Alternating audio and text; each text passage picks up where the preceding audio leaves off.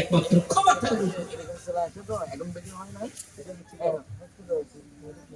এই যে কারবালা সংগঠিত হবে, এটা প্রথম সূত্রপাত থেকে আমি একটু আপনাদেরকে টুকা দিচ্ছি। সর্বপ্রথম বলি কথা হচ্ছে রাসূল আকরাম সাল্লাল্লাহু আলাইহি ওয়াসাল্লাম যখন পৃথিবীর জমিনে ছিলেন জীবদ্দশা, পৃথিবীর জমিন থেকে বিদায় নেওয়ার পূর্বে আল্লাহ রাসূল বলছেন, আমি চলে যাওয়ার পর 30 বছরের খেলাফত চলবে। কয় বছর? আমি চলে যাওয়ার পর 30 বছরের খেলাফত চলবে।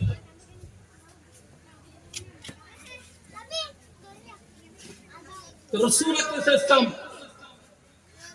যাকে একেবারে খলিফাতুর রাসূল বলা হয়, সিদ্দিক আকবর আবু বকর রাদিয়াল্লাহু তাআলা আনহু, আল্লাহ রাসূলের পক্ষ থেকে যিনি খেলাফতের দায়িত্ব পালন করেছেন তিনি সিদ্দিক আকবর। সুবহানাল্লাহ। সিদ্দিক আকবর রাদিয়াল্লাহু তাআলা আনহু 2.5 বছর খেলাফতের দায়িত্ব পালন করেছেন। কয় বছর? 2.5 বছর। আমি একদিন, 2 দিন, 10 দিন এগুলো বানতে গেলে বলছি না, শুধু হিসেবে বলছি আপনাদের বোঝার জন্য। সিদ্দিক আকবর 2.5 বছর খেলাফতের দায়িত্ব পালন করলেন। এরপর 63 বছর হায়াত যখন হলো, সিদ্দিক আকবর বললেন, আল্লাহ রব্বে করিম, আমার নবী আকরাম সাল্লাল্লাহু আলাইহি ওয়াসাল্লাম 63 বছর হায়াতের জিন্দেগিতে পৃথিবীর জমিন থেকে বিদায় হয়ে গেছে, আমার তো 63 বছর হায়াত হয়েছে, আল্লাহ আপনি আমাকেও 63 বছর হায়াতে আমাকে নিয়ে যান। বলুন সুবহানাল্লাহ। তখন আল্লাহ পাক এটা কবুল করলেন। সিদ্দিক আকবর 63 বছর হায়াতের জিন্দেগিতে পৃথিবীর জমিন থেকে উপাধি গ্রহণ করলেন, যিনি এখনো পর্যন্ত আমার নবীজির সাথে শুয়ে রয়েছেন। সুবহানাল্লাহ। এরপরে হযরত ফারুক আযম ওমর রাদিয়াল্লাহু তাআলা তিনি 10 বছর খেলাফতের দায়িত্ব পালন করলেন। কয় বছর? 10 বছর। এখন 6 বছর হল, 12.5 বছর। এরপর হযরত উসমান জিন্নুরাইন রাদিয়াল্লাহু তাআলা 12 বছর খেলাফতের দায়িত্ব পালন করলেন। কয় বছর হল? 24 বছর। এরপরে হযরত মাওলানা আলী শের খুদা রাদিয়াল্লাহু তাআলা 5 বছর খেলাফতের দায়িত্ব পালন করলেন। সুবহানাল্লাহ। কয় বছর হলো? 29 বছর। আর কয় মাস আছে? আর কতদিন আছে? 5 মাস, 6 মাস। এখন শের খুদা আলী রাদিয়াল্লাহু তাআলা পরে যিনি খেলাফতের 6 মাসের দায়িত্ব নিলেন তিনি হযরত ইমামে হাসান রাদিয়াল্লাহু তাআলা। সুবহানাল্লাহ। এইদিকে সিরিয়ার দামেস্কের গভর্নর ছিলেন হযরত আমির মুয়াবিয়া রাদিয়াল্লাহু তাআলা। হযরত আমির মুয়াবিয়া চিন্তা করলেন, সিদ্দিক আকবর চলে গেল, ফারুক আযম চলে গেল, ওসমান জিন্নুরাইন চলে গেল, মাওলানা শের খুদাও চলে গেল, আমি তো অল্প বয়স, এই বৃদ্ধ বয়সে হয়তো আমিও তো চলে যাব। এখন কি করব? আমি যদি চলে যাই, আমার চলে যাওয়ার পরে আমার পাপিষ্ঠ ছেলে, আমার দুষ্ট চরিত্রের ছেলে এজিদ আমার করে ক্ষমতা দখল করবে। কথা বলে ঠিক কিনা? এজিদ আমার করে কি দখল করবে? ক্ষমতা দখল করবে। তখন হযরত আমির মুয়াবিয়া রাদিয়াল্লাহু তাআলা সিদ্ধান্ত নিলেন, আমার নবীজির কলিজার টুকরা নাতি হযরত মাওলানা আলী শের খুদা রাদিয়াল্লাহু তাআলার বেটা ইমাম হাসান রাদিয়াল্লাহু তাআলাকে সেই সিরিয়া দামেস্কের দায়িত্বটা বুঝিয়ে দিলেন। সুবহানাল্লাহ। এখন তিনি সিদ্ধান্ত নিলেন, ইমাম হাসান রাদিয়াল্লাহু তাআলাকে দামেস্কের মধ্যে দাওয়াত দিলেন, একটা মজলিস করলেন, বড় একটা সমাবেশ করলেন, সেমিনার করলেন, বড় স্টেজ করা হলো, যে স্টেজের মধ্যে আলে রাসূলকে তোলা হলো, সুবহানাল্লাহ।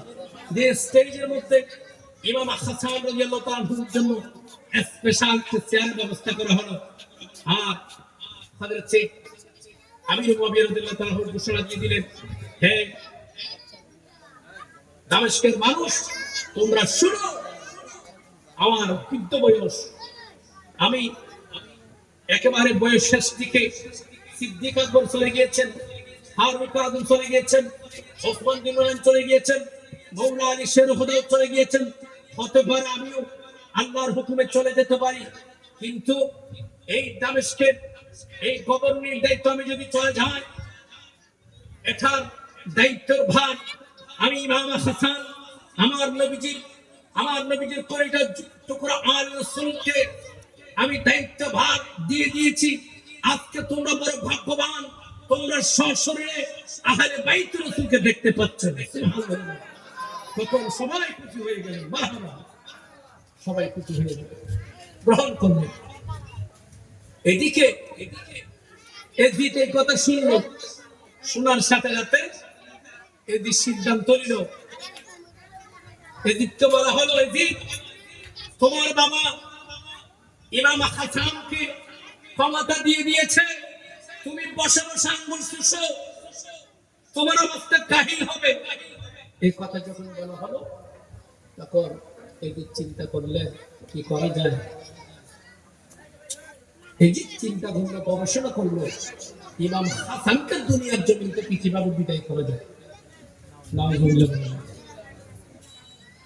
কারণ ইমাম হাসানকে যদি বাবার জীবদ্দশায় থাকা অবস্থায় শেষ করে দিতে পারে, তাহলে বাবার দেওয়ার চুক্তির আমার কি হয়ে যাবে, বন্ধ হয়ে যাবে। এখন এই যে চক্রান্ত করলো, পরিশ্রম করলো, কিভাবে করবে, কিভাবে ওনার কাছের মানুষকে ধরে ওনাকে আঘাত করে পৃথিবীর জমিন থেকে শেষ করে দিল। এক পর্যায়ে এই কৌশল করতে করতে ইমাম হাসান রাদিয়াল্লাহু তাআলা কয়েকজন স্ত্রীর মধ্যে একজন স্ত্রী ছিলেন যোধা। এটা কিতাবে এসেছে, খুব অল্প বয়স ছিল। যাই হোক, এই যোধা ওনার কাছে চিঠি পাঠালেন। এদিন কি পাঠালেন? চিঠি পাঠালেন।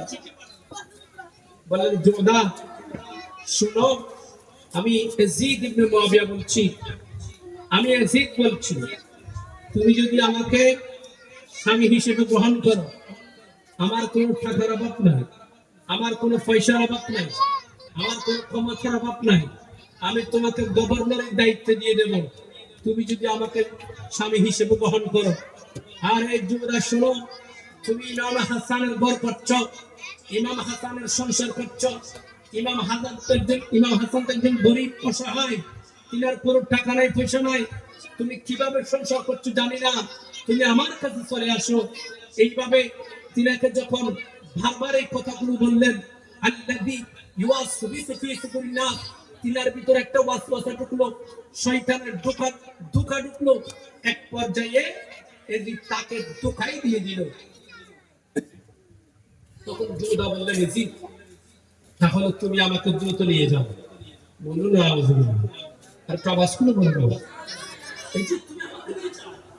ইয়াজিদ বললেন, যোধা, তাহলে একটি কাজ করো, তুমি আসবে ঠিক আছে, তবে তুমি আসার পূর্বে তুমি ইমাম হাসানের ঘরে অবস্থায় ইমাম হাসানকে দুনিয়ার জমিন থেকে কিভাবে শেষ করা যায়, কিভাবে হত্যা করা যায়, বলুন না, নাউযুবিল্লাহ। এই সিদ্ধান্ত আছে। এখন শুনুন, এখন এই সিদ্ধান্ত করতে করতে এক পর্যায়ে যোধা বললেন, ঠিক আছে, তিনাকে বিষ পান করানো যাবে। কখন?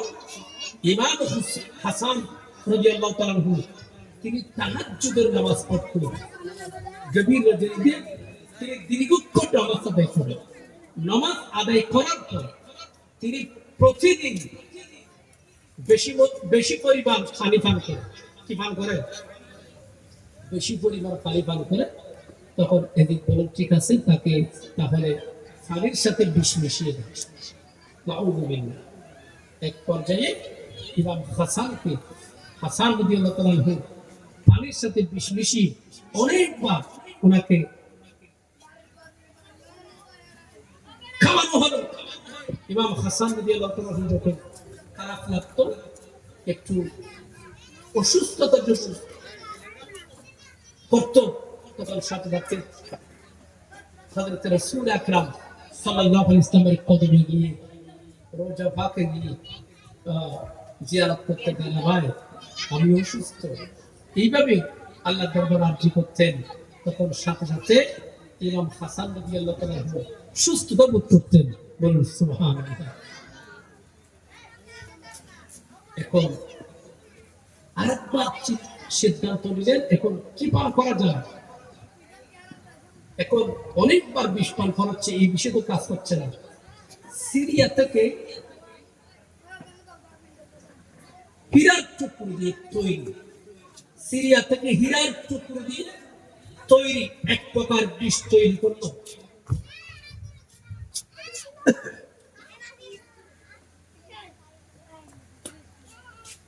গভীর মনোযোগ,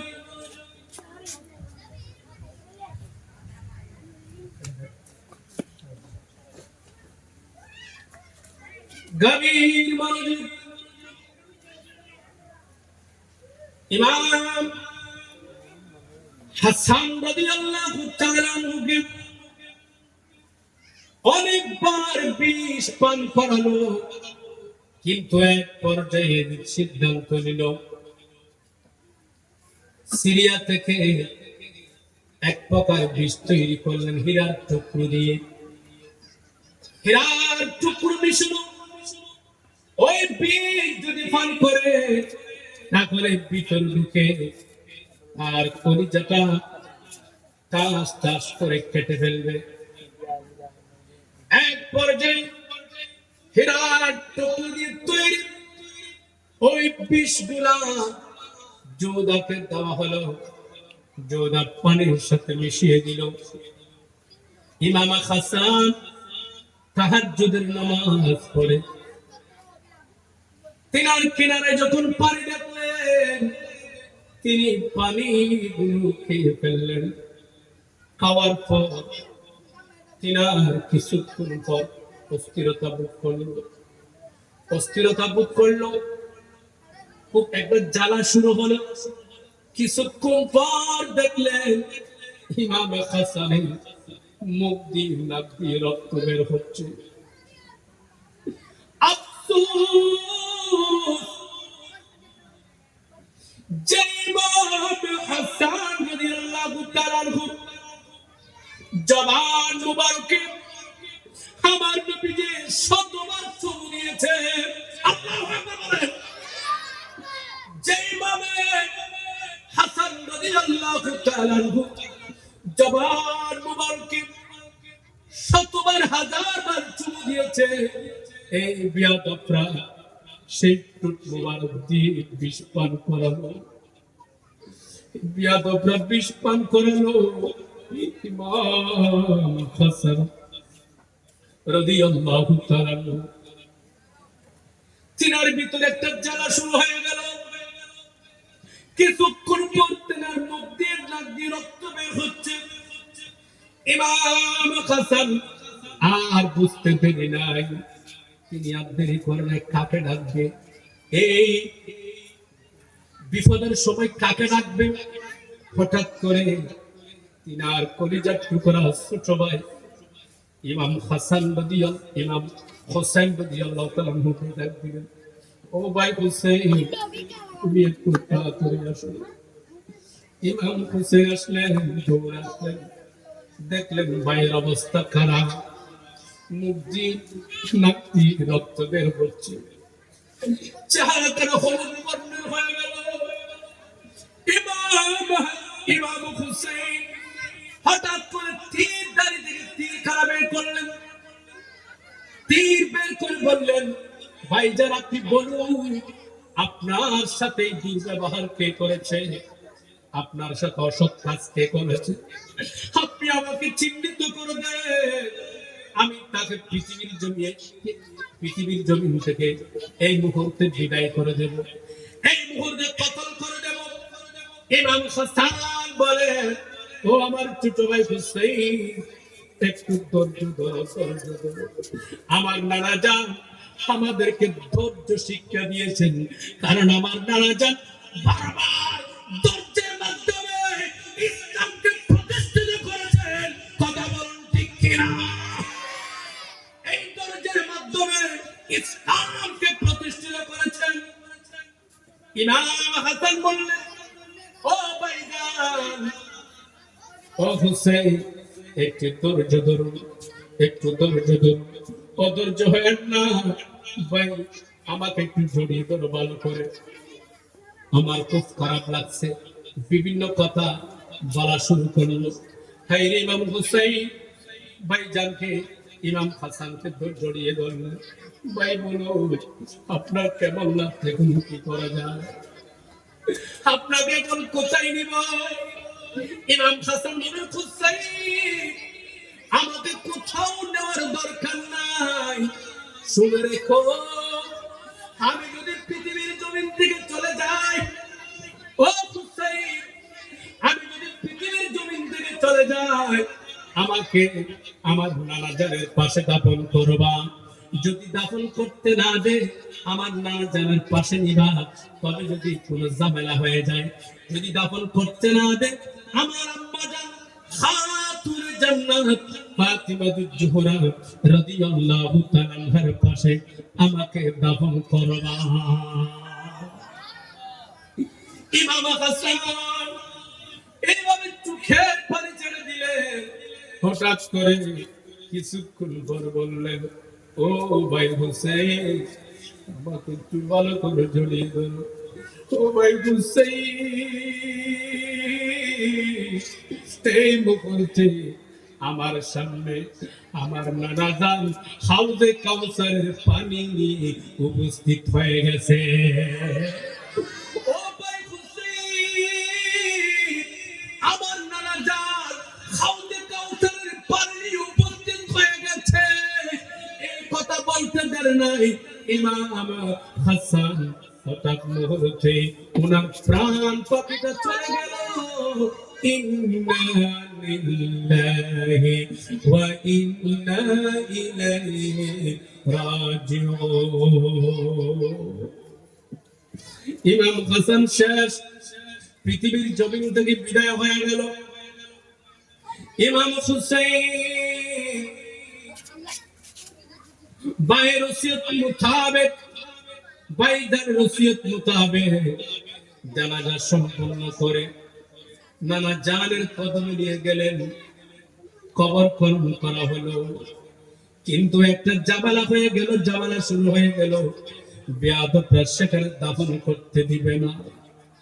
এক পর্যায়ে খাতুন জান্নাত মা ফাতিমাতুজ জোহরা রাদিয়াল্লাহু তাআলা আনহার পাশে ইমাম হাসানকে দাফন করলেন।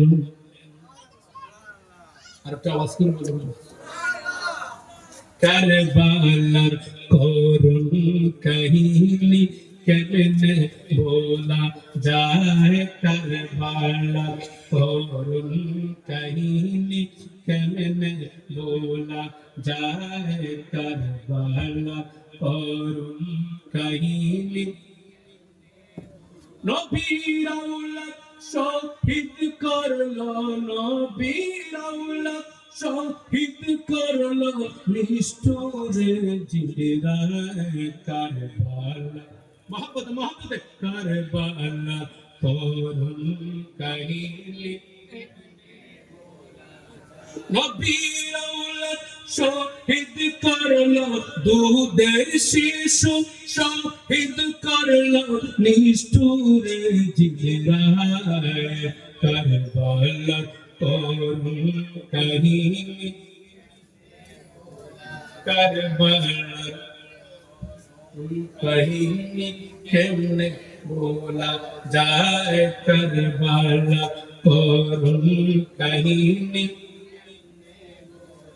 দয়াল নবী যে গলেতে চুমু দিতেন দিনে রাতে, দয়াল নবী যে গলেতে চুমু দিতেন দিনে রাতে, দয়াল নবী যে গলেতে চুমু দিতেন দিনে রাতে, সেই গলেতে বিষের চুরি শিমুরে চালায় কারবালা করুন কাহিনী রাজায় কারবালা করুন কাহিনী।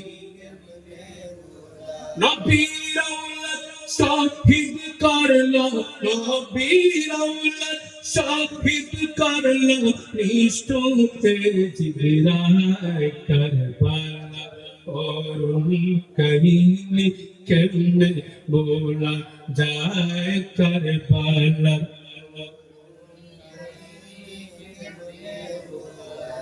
মা ফাতেমার কান্নার সুরে বিশ্বভুবন হায় হায় করে, মা ফাতেমার কান্নার সুরে বিশ্বভুবন হায় হায় করে, মা ফাতেমার কান্নার রুলে বিশ্বভুবন হায় হায় করে, কাঁদেন নবী আকাতরে, কাঁদেন নবী আকাতরে, বসে রাধা যায় কারবালা করুন কাহিনী কেমনে বলা যায় কারবালা করুন কাহিনী কেমনে।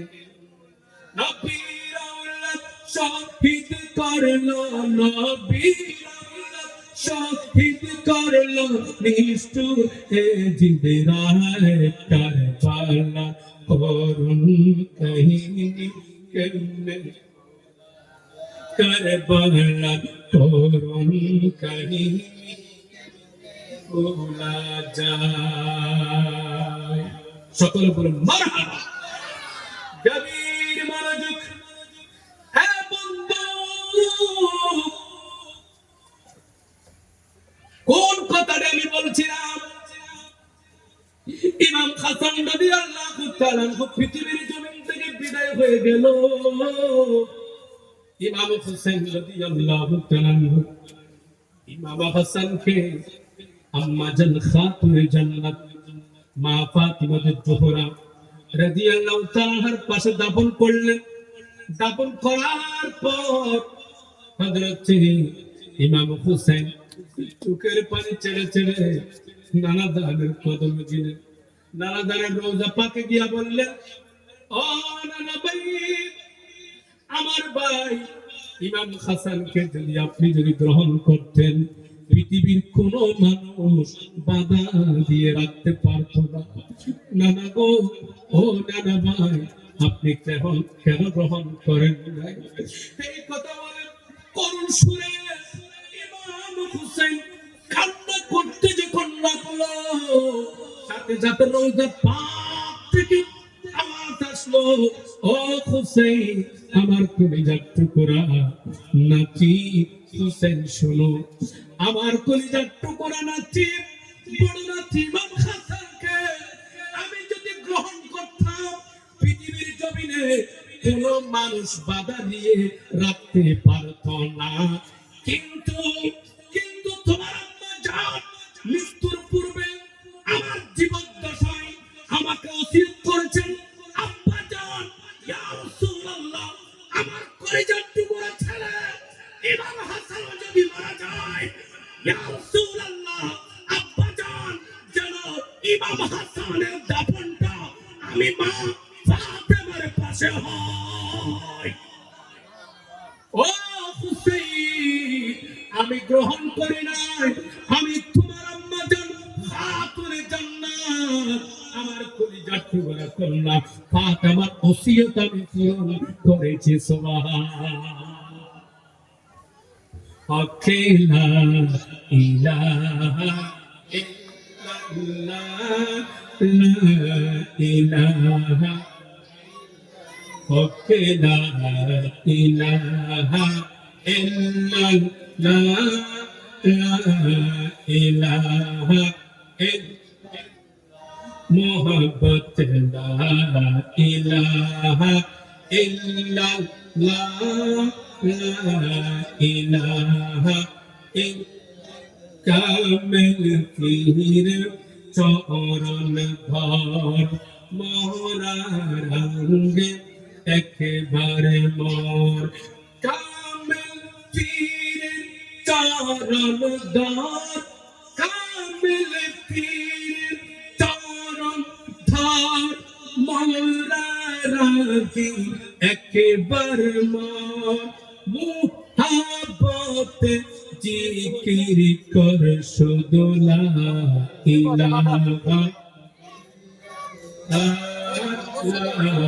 ইলাহা লা ইলাহা ইল্লাল্লাহ বহু দূরে মদিনা মদিনার রাস্তা চিনি না বহু দূরে মদিনা মদিনার রাস্তা চিনি না দয়াল আল্লাহ দয়া করো দয়াল আল্লাহ দয়া করো যাব আমি মদিনায় লা ইলাহা ইল্লাল্লাহ লা ইলাহা মুহাম্মদ লা ইলাহা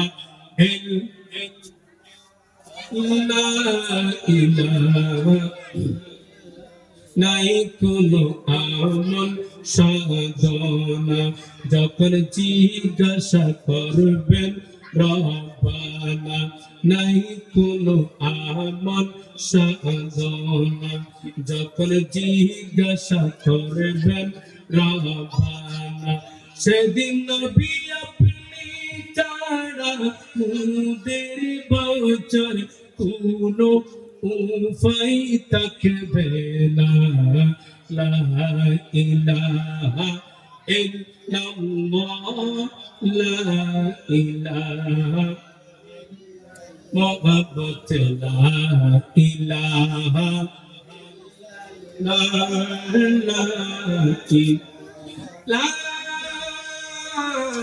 ইলাহা ইল্লাল্লাহ মুহাম্মাদুর রাসূলুল্লাহ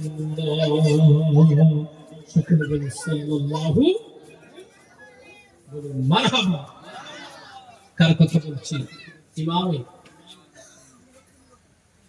হাসান রাদিয়াল্লাহু তাআলা পৃথিবীর জমিন থেকে চলে গেলেন ইমাম হুসাইন রাদিয়াল্লাহু তাআলা দেরি করেন তিনি বলেন আমি চলে যাব মদিনাতে মক্কায় চলে আসলেন সংক্ষেপে কথাগুলো বলছি এদিকে কুফার জমিন থেকে বারবার সিটি আসতে লাগলো হে ইমাম আলী মাকাম ইমাম হুসাইন আপনি কুফার জমিনে আসুন আমরা এদিকে মাঝখানে ইমাম হযরত মাওলানা শেখ হযরত আমির রাদিয়াল্লাহু ইন্তেকাল করেছেন তিনি চলে গিয়েছেন এদিকে ইয়াজিদ ক্ষমতা দখল করল এক পর্যায়ে কুফার জমিন থেকে বারবার সিটি আসতে লাগলো হে ইমাম হুসাইন আপনি কুফার জমিনে আসুন আপনাকে আমরা ইমাম হিসেবে গ্রহণ করব আপনাকে নেতা হিসেবে আমরা নেতা হিসেবে জিদকে মানতে পারবো বলুন ঠিক কিনা এইভাবে বারবার চিঠি আসতে লাগছে হাজার হাজার শত শত চিঠি দুটো আসলো এক পর্যায়ে একটা সিদ্ধান্ত হলো বৈঠক প্রশ্ন মুরব্বী টাইপের অনেক মুরব্বীরা ছিল ইমাম যুবক ছিল ছোট্ট ছোট্ট মাসুম বাচ্চা ছিল তখন কেউ বলছে না আপনি কুফায় যেতে পারবেন না কারণ কুফার মানুষ খুব বেওয়াফা কুফার মানুষ মুনাফিকি করে কথা দিয়ে কথা রাখে এরকম মুনাফিক আমাদের সমাজে আছে যে আওয়াজ করে আমাদের দেশে আছে কি এমন সাধু কথা দিয়ে কথা রাখে না কথায় কথায় মিথ্যা কথা বলে বানোয়াটি কথা বলে ওয়াদা খেলাফ করে এই ধরনের মুনাফিক আছে কিনা এই মুনাফিক থেকে আমাদেরকে বেঁচে থাকতে হবে কিনা? কথা বল ঠিক কিনা? কথায় কথায় কসম করে আসলে নাই এই ধরনের মুনাফিক থেকে গাল মন্দ করে এই ধরনের মুনাফিক থেকে আমাদেরকে বেঁচে থাকতে হবে।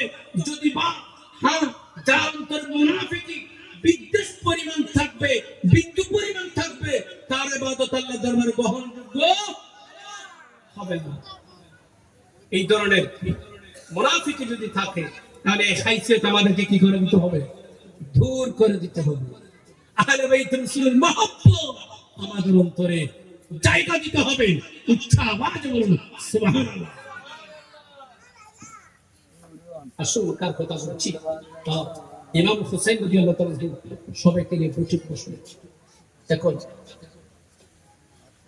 এক পর্যায়ে কথা আসলো, ইমাম হুসাইন আপনি যাবেন ঠিক আছে, তবে যাওয়ার পূর্বে কুফার জমিন পর্যবেক্ষণ করার জন্য কাউকে পাঠানো যায় কি? এক পর্যায়ে সিদ্ধান্ত ঠিক আছে, কেউ যদি যায় এটা তো ভালো হবে। তখন মুসলিম বীর আকিল রাদিয়াল্লাহু তাআলা দাঁড়িয়ে গেলেন, ভাইজান আমি যাব। সুবহানাল্লাহ। বীর সৈনিক, বীর সিপাহী মুসলিম বীর আকিল দাঁড়িয়ে গেলেন, ভাইজান আমি যাব কুফার জমিন পর্যবেক্ষণ করবার জন্য। সুবহানাল্লাহ। তখন তিনি যাওয়ার সিদ্ধান্ত নিলেন। তখন ওনার দুই বাচ্চা মুসলিম বিন আকিলের দুই সন্তান মুহাম্মদ এবং ইব্রাহিম, তারা বললেন বাবা আপনার সাথে আমরাও যাব। সুবহানাল্লাহ। তাদেরকে নিয়ে রওনা দিলেন কুফার জমিনে পৌঁছার সাথে সাথে কুফার মানুষ যখন জানতে পারলেন ইমাম হুসাইন রাদিয়াল্লাহু তাআলার প্রতিনিধি মুসলিম বিন আকিল এসেছে, এই কথা যখন জানতে পারলেন কুফার মানুষ মুসলিম বিন আকিলের হাতে বায়াত গ্রহণ করতে শুরু করল। হাজার হাজার মানুষ বায়াত গ্রহণ করা শুরু করলো। মুসলিম বিন আকিল খুশি হয়ে গেল, আনন্দিত হয়ে গেল, সাথে সাথে চিঠি লিখলেন, ভাইজান কুফার মানুষ খুব ভালো, কুফার পরিস্থিতি খুব ভালো, আপনি দ্রুত কুফার জমিনে আসুন। এইভাবে চিঠি পাঠিয়ে দিলেন। কথা বলো ঠিক না? নারে তাকবীর, নারে রিসালাত।